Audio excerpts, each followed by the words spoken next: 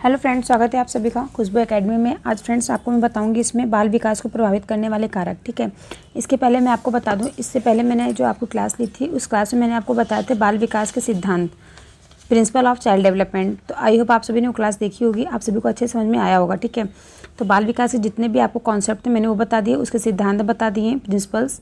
And उसके बाद मैंने आपको शैक्षिक महत्व बताया था, बाल विकास के शैक्षिक महत्व क्या क्या है। तो आज की जो क्लास है ये वेरी मोस्ट इंपॉर्टेंट है। आज की क्लास में मैं आपको बाल विकास को प्रभावित करने वाले कारक के बारे में बताऊंगी। तो जैसा कि फ्रेंड्स आप सभी लोग जानते हैं, जो आपका यूनिट है, यूनिट फर्स्ट चाइल्ड डेवलपमेंट, इसमें फ्रेंड्स आपको 15 मार्क्स से क्वेश्चन आंसर देखने को मिलते हैं हर बार ही। और जो 5 मार्क्स के क्वेश्चन आते हैं वो आपका इंक्लूसिव एजुकेशन से आता है, CWSN से आता है। ठीक है, जिसमें आपका NEP देखने को मिलता है, RPWD एक्ट देखने को मिलता है, NCF देखने को मिलता है, NCF 2005। ठीक है, इसके बाद जो आपका आता है लर्निंग एंड पैडागोजी, उससे आपको 10 मार्क्स के क्वेश्चन आंसर देखने को मिलते हैं। तो मैं जो आपका पूरा सिलेबस है, पूरा सिलेबस कवर कराऊंगी आज जो आपका क्लास है। लेकिन ये आपको मैं फर्स्ट पढ़ा रही हूँ CDP बाल विकास के बारे में, बाल विकास को प्रभावित करने वाले कारक के बारे में। तो मैं आपको बता दूँ, जो बाल विकास को प्रभावित करने वाले 2 कारक होते हैं, इन कारकों को विद्वानों ने 2 भागों में विभाजित किया है। कौन कौन से? पहला आपको बताया है इसमें आंतरिक कारक, दूसरा बताया बाह्य कारक। ठीक है, ये 2 प्रकार की होती हैं। तो दोनों प्रकार मैं आपको पूरा अच्छे से बताऊंगी। तो फर्स्ट देखिए, जो आंतरिक कारक होता है, आंतरिक कारक में उन्होंने बताया है कि बाल विकास को आंतरिक कारक बहुत हद तक प्रभावित करता है, जो कि उसके विकास के लिए महत्वपूर्ण आधार निर्मित करते हैं। ठीक है, बाल विकास के जो आंतरिक कारक होते हैं वो बहुत हद तक क्या करते हैं, प्रभावित करते हैं बच्चों को, जो कि उनके डेवलपमेंट के लिए क्या होते हैं, महत्वपूर्ण आधार निर्मित करते हैं। आंतरिक कारक क्या होते हैं, निम्न प्रकार के होते हैं। कौन कौन से प्रकार के होते हैं? पहला उन्होंने तो बता दिया हेरिडिटी, यानी कि वंशानुगत कारक, हेरिडिटी फैक्टर होता है। एंड दूसरा इसमें बताया है शारीरिक कारक, फिजिकल फैक्टर बताया है। और तीसरा बताया है जो उसने बताया है इंटेलिजेंस, बुद्धि भी उन्होंने आंतरिक कारक बताया है। और चौथा उन्होंने इमोशनल फैक्टर बताया और सोशल नेचर। ये 4-5 प्रकार के उन्होंने क्या बताया, 5 प्रकार के आंतरिक कारक बताए हैं। तो अब हम आपको इन्हीं सब के बारे में, पांचों के बारे में एक एक करके डिटेल्स में बताएंगे। तो चलिए सबसे पहले हम यहाँ बात करेंगे आंतरिक कारक के बारे में, वंशानुगत यानी कि हेरिडिटी के बारे में बात करेंगे। हेरिडिटी फ्रेंड्स, हेरिडिटी कारण किस प्रकार से आप आंतरिक रूप से प्रभावित होते हैं। तो देखिए, जो बालक के रंग, रूप, आकार, शरीर का गठन, ऊंचाई इत्यादि को निर्धारण में उसके जो आनुवांशिक गुणों का महत्वपूर्ण योगदान होता है। बालक के आनुवांशिक गुण की उनकी वृद्धि एवं विकास को प्रभावित करता है। तो जैसा कि फ्रेंड्स आप सभी लोग जानते हैं, जो हेरिडिटी होता है यानी कि आनुवांशिकता, जैसे कि जीन्स हो गया, बायोलॉजिकल जो मैचुरेशन होती है, जैविक परिपक्वता हो गया, फिजिकल स्ट्रक्चर हो गया, आपकी शारीरिक बनावट किस प्रकार से, तो आपके पेरेंट्स पे डिपेंड करता है ना। उसके बाद आपका जो जेंडर डिस्क्लेमर है, लिंग का भेद जो होता है, गर्ल्स एंड बॉयज़ में आपको भेद देखने को मिलता है। इससे भी क्या होता है, बच्चे का जो मानसिक होता है, उनका जो अंतर से वो क्या होते हैं, काफ़ी ज़्यादा प्रभावित होते हैं। ठीक है, इसके बाद आपको इंटेलिजेंस देखने को मिलेगा। ठीक है, बुद्धि, उनकी बुद्धि भी प्रभावित होगी। अगर आप देखते होंगे, आप अपने आसपास में देख लीजिए, लड़का लड़की में भी क्या होती है, भेदभाव किया जाता है।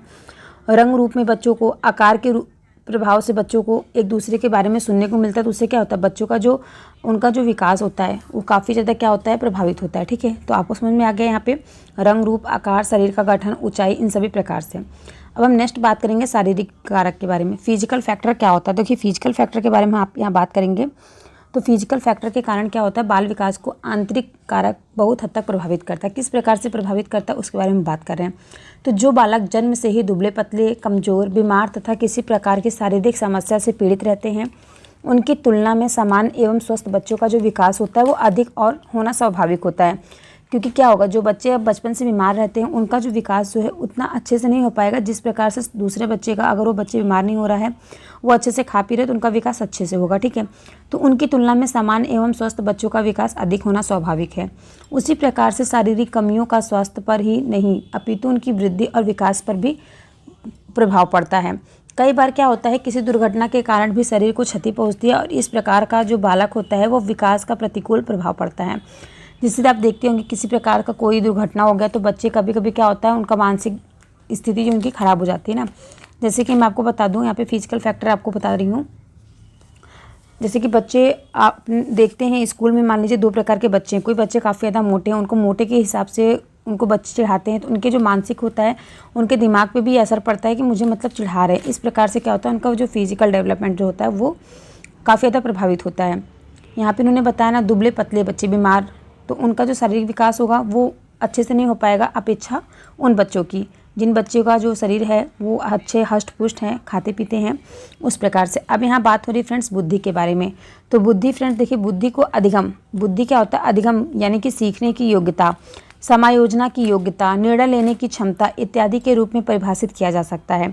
जिस प्रकार बालक के सीखने की गति अधिक होती है उसका मानसिक विकास भी तीव्र होता होगा। बालक अपने परिवार, समाज एवं विद्यालय में अपने आप को किस तरह समायोजित एडजस्ट करता है यह उसकी बुद्धि पर निर्भर करता है।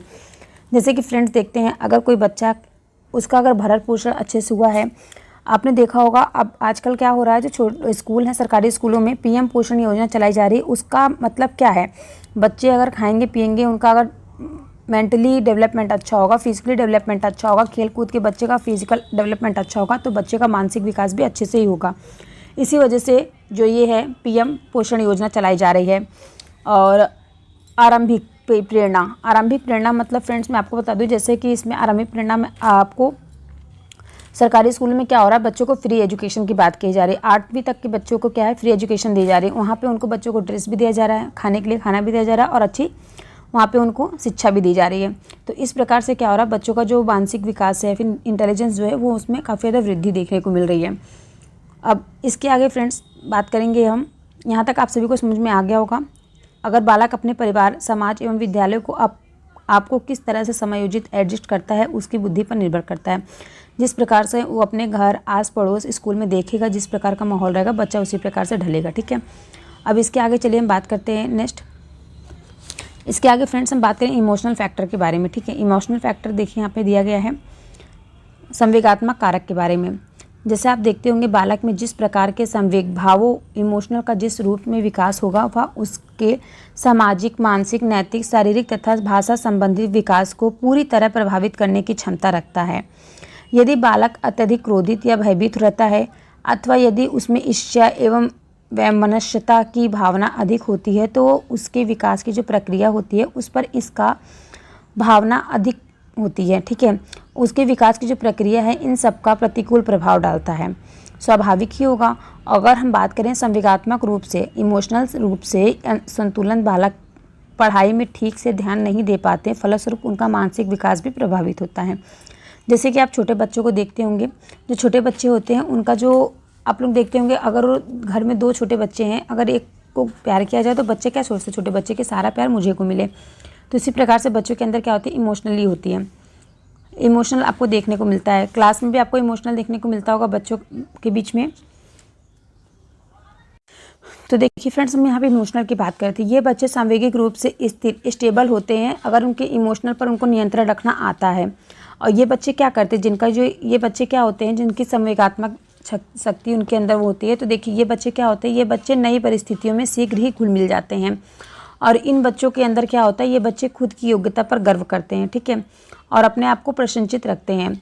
और ये बच्चे जो है सामान्य तौर पर खुश रहते हैं। जिनके अंदर इमोशनल अच्छा है वो बच्चे क्या करेंगे, हमेशा खुश रहेंगे और ये बच्चे दूसरों का भी सहयोग करते हैं। ठीक है, अब देखिए इसके आगे हम बात करेंगे सामाजिक प्रकृति, सोशल नेचर के बारे में। तो इस प्रकार के जो बच्चे होते हैं, बच्चा जितना अधिक सामाजिक रूप से संतुलित होगा उसका प्रभाव उसके शारीरिक, मानसिक, संवेगात्मक, भौतिक तथा भाषा संबंधित विकास पर भी उतना ही अनुकूल पड़ेगा। सामाजिक दृष्टि से कुशल बालक अपने वातावरण से दूसरे की अपेक्षा अधिक सीखता है। जैसा कि आप देखते होंगे जो बच्चा समाज में रहता है वो उसका जो प्रभाव होता है शारीरिक, मानसिक और जो इमोशनली उसका प्रभाव होता है वो भौतिक, भाषा संबंधित विकास से उतना ही अनुकूल पड़ेगा। जैसे आसपास की भाषा होगी, बच्चे को उस भाषा को सीखने की ज़रूरत नहीं पड़ती, वो बच्चे ऑटोमेटिक बोलना सीख जाते हैं। ठीक है, सुन के, देख के। और ये बच्चे क्या होते हैं, स्कूल के अलावा सामाजिक कार्यों में भी भाग लेते हैं। और ये बच्चे जो हैं अपने आयु के बच्चों के साथ खेलना कूदना पसंद करते हैं। ठीक है, और ये जो बच्चे होते हैं जिनके अंदर सोशल नेचर की हम बात करें, ये बच्चे अपने सामाजिक जिम्मेदारियों को भी समझते हैं क्योंकि ये परिपक्व मैच्योर हो जाते हैं। ठीक है, और इन बच्चों का जो शारीरिक दोष सामान्य बच्चों की अपेक्षा कम होता है। तो आई होप फ्रेंड्स आप सभी को समझ में आ गया होगा जो मैं आपको समझाने की यहाँ पे कोशिश कर रही हूँ। बाल विकास को प्रभावित करने वाले कारक क्या क्या हैं। तो सभी प्रकार के फैक्टर्स मैंने आपको बता दिए हैं। 5 प्रकार के फैक्टर बताए हैं। ये मैंने सभी जो फैक्टर बताए हैं आंतरिक रूप से बताए हैं। कोई भी बच्चा जब आंतरिक प्रेरणा खुद से अगर मोटिवेट होगा तो बहुत ही ज़्यादा अच्छे से अपना जो वर्क है उसको कर पाएगा। तो आई होप आप सभी क्लास समझ में आ गया। सभी से रिक्वेस्ट है कि चैनल को सब्सक्राइब, वीडियो को लाइक कर लीजिएगा। और नेक्स्ट क्लास में फ्रेंड्स मैं आपको बताऊंगी बाल विकास को प्रभावित करने वाले बाह्य कारक क्या क्या होते हैं। आज की क्लास में मैंने सभी आंतरिक कारक आपको बता दिए हैं। तो मिलते हैं हम नेक्स्ट क्लास में आप सभी से।